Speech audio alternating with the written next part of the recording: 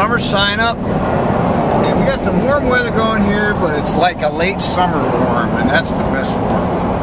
The late summer heat is just nice. It just feels good. I wasn't ready for that rain and driving in the dark in the rain. That was depressing. Definitely was not ready for that. So, thank God the sun's back. Here's our 58. Well, you know, I finally started posting to bikeportland.org today. You know, I've been reading really it's a very entertaining blog when it comes to the commentators on that blog, because it really, you know the saying, keep Portland weird. Well, that's the blog to visit if you want to see some weird comments and some weird ideas. It's bikeportland.org. And they definitely represent a segment of Portland that a lot of us don't understand, myself included. But they're real people and they have a right to their views on things, and you know, I respect that. But boy, they do go on and on and on. Jeez, you know, regarding the guy that got run over by the bus, who was cited for entering the intersection. Boy, they're coming up with all kinds of excuses to try to find the bus driver guilty.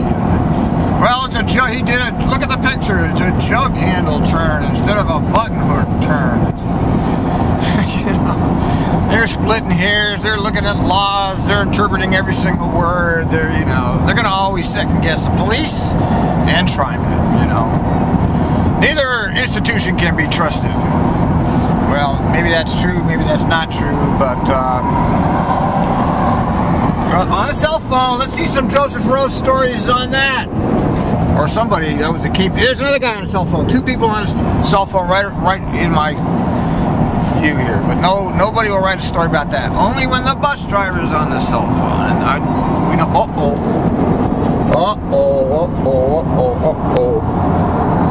Bus and car. There's a car pulled over in a bus, so something must have happened over there. Stop the presses! A car and a bus made contact. Oh my God! It's headline news. That Portland, we just love to beat up on our bus drivers. Okay, where was I? Oh yeah. Yeah. Look, if you're dumb enough to ride your bike in the transit mall, then expect the worst, okay? If anybody's to blame for it, it's Portland for designing such a horrible place for everything to mix together. You know, they got trains, they got buses, they got cars, they got bikes, they got people. Brilliant! Let's mix it all up. Good thinking. You know, it's the stupidity of the design is to blame. There's a barrel. But whoever's driving even driving your car, your bus, your train, your bike, or walking, and you're not really extra careful, I don't have sympathy for you. Especially if you're like very vulnerable, like a bicyclist. I mean, geez, you know, you as a bicyclist, you know that if you have contact with one of these big metal things like that, or like this, you're up shit's creek. And you know, I used to ride a motorcycle, and I became well acquainted with how the car traffic is not paying attention to you, and they don't even know you're there.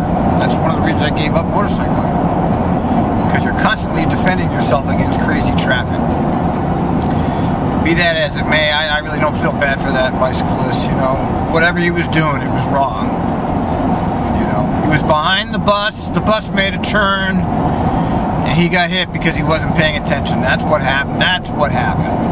If he had been using his head, which a lot of them don't do, he wouldn't have put himself in a dangerous situation. I had a great conversation with a hardcore bicyclist from out here who's been riding for 30 or 40 years, who said, yeah, a good bicyclist, somebody that actually understands, does not put themselves in harm's way. They know how to avoid that kind of thing. And that's what some of the people in Portland don't get. They don't understand the concept of avoiding accidents and riding in places that you're not going to have. Look at this guy speeding right now. Slam on your brakes. You know, riding in a safe environment and making sure they're not in jeopardy. anybody that's riding their bike down there, well, you're taking a chance. You're not. It's not a good thing to do, especially when you have other parallel streets that can take you much more safely than that mall. But it being Portland, it has to represent, like, oh, look at us, we're like the new Amsterdam. We got trains running everywhere, people running everywhere, bicycles, But unfortunately, there's only one problem in the theory. It's not Amsterdam, and the whole mindset of the people in Portland has nothing to do with the mindset of the people that live in Amsterdam. I lived in Amsterdam for 3 months. There's no parallels between the two cities. None. So yeah, they have trains on the street, Maxes on the street, but it's a completely different environment. No matter how those Bike Portland people want to cut the cake, cars are the dominant mode of transportation. So you're in a big minority here, whether you would like to acknowledge it or not. Bicyclists are the huge minority, and you're operating a very vulnerable vehicle around vehicles that basically have a shell to protect us. So the onus is on the bicyclist to make sure they're not harmed. It ain't gonna do any good to blame the accident on somebody if you're dead, And I've lived in Portland for a long time now, and I see how bicyclists ride. A lot of them are responsible, and a lot of them aren't. And I see somebody riding at full speed down the Burnside Hill. I think, well, if he gets hurt, well, whose fault is that? That's his fault. And I see all kinds of crazy stuff with bicycles here. And what do they expect, to not have accidents? Anyway, that's the story. Anyway, I made a little spoof video and I sent it over there. Oh yeah, and it got, within 5 minutes it had 80 hits. That's how many people actually look at the Bike Portland blog. It's huge, man. That's a huge blog. It's unbelievable. Some of the readership of some of these blogs. Thank God I have I languish in relative obscurity compared to the likes of Bike Portland or Bojack, Portland Transport. Nobody really gives a shit about bus drivers, and that I like that. So I basically left alone, except by a few kooks who just constantly find ways to harass me. But that's the price of being famous. You get harassed, and I have some real nutcases harassing me. That's a whole nother story that we're not going to talk about here. But I deal with the nutcases as I have to. You just deal with it. You deal with it. It's like anything else in life. You deal with it.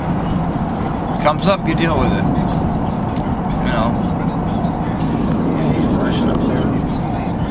Anyway, let's see what's going on at work. Nothing going on at work. All that's the last 2 days of our sign up, and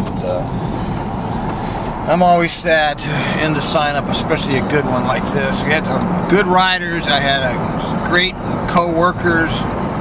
We had a real good group at the late break at Beaverton. That was a spectacular group that we had, and you saw a lot of those. Fortunately, I'm so far behind in blogging that all my clips are piling up, and I don't know if I'll ever catch up. I don't have time. I do have a life. Believe it. Some people don't believe it. They think all I do is spend 24 hours a day on the computer. Well, I hate to tell you this. If that were true, there'd be 10 times the volume of material up on my blog right now. Even though it seems like there's a lot of stuff, but I haven't even scratched the surface because there's just so much stuff going on here. It's a good time to be a TriMet enthusiast, Amateur TriMet historians is how we like to look at it. And, there's only a handful of us. There's just only a handful of us that care about this, but the ones that do actually do a great job. The Max Facts blog, excellent. Of course, Jason McHuff, nobody can beat him for knowing the topic. And me. Well, that's three. I guess there's three of us now. Chad used to be really great, but he left. And even the three of us keep it going pretty well. And I'm going to keep it going until the day I leave here or drop dead, or when I get a change in my routine of some sort, I'll drop it. But this is still not only my job, but my hobby. And some people say, well, you want to keep your job and your hobby separate. Well, why? if you have a chance to actually pursue your hobby and get paid for it, it's the luckiest thing in the world. Right now, I love this little job because every day is a new, interesting opportunity for me. And there goes a low floor. It's going to do a tripper. See, I always had a problem with the low floors doing trippers because he's going to do a few runs and then go back to the garage and they're going to park that bus. Meanwhile, the rest of us sweat the whole shift. I don't know, why do they do that? Why does that bus get a tripper, but a 52 pack has to languish? I know it's Portland, and Portland's the king of everything, and Portland has to have everything nice. But why is that way? Why don't these people share? Why can't TriMet share some of the nice equipment with Westside? Why do we always have to suffer here? It's just horrible. I just think the way they treat this Westside is so disgraceful. I really do. I think it's a damn disgrace.